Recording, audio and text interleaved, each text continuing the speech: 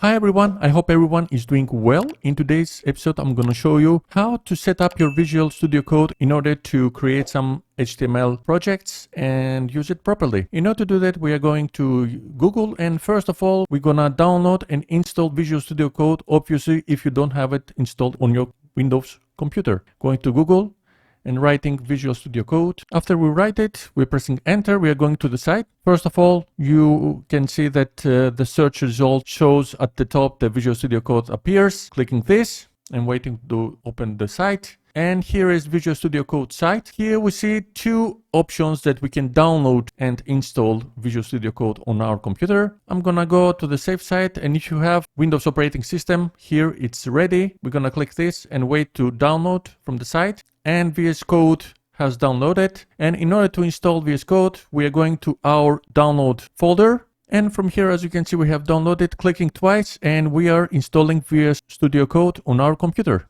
I have downloaded and I have installed it. I don't need to do that.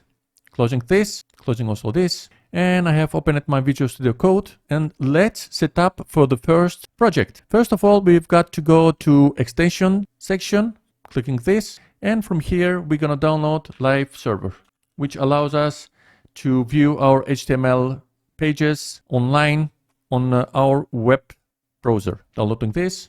Okay, we have downloaded. One more, we're going to download also JavaScript snippet, which allows us to autocomplete the codes on JavaScript and do it more easily for us. JavaScript snippets, here it is. We are installing this. Okay, closing this also. And let's go to Explorer section and open our first project. Open folder. We are coming to our directory, which we're gonna hold our VS Code projects. And here I'm gonna create my first project. Creating a new folder.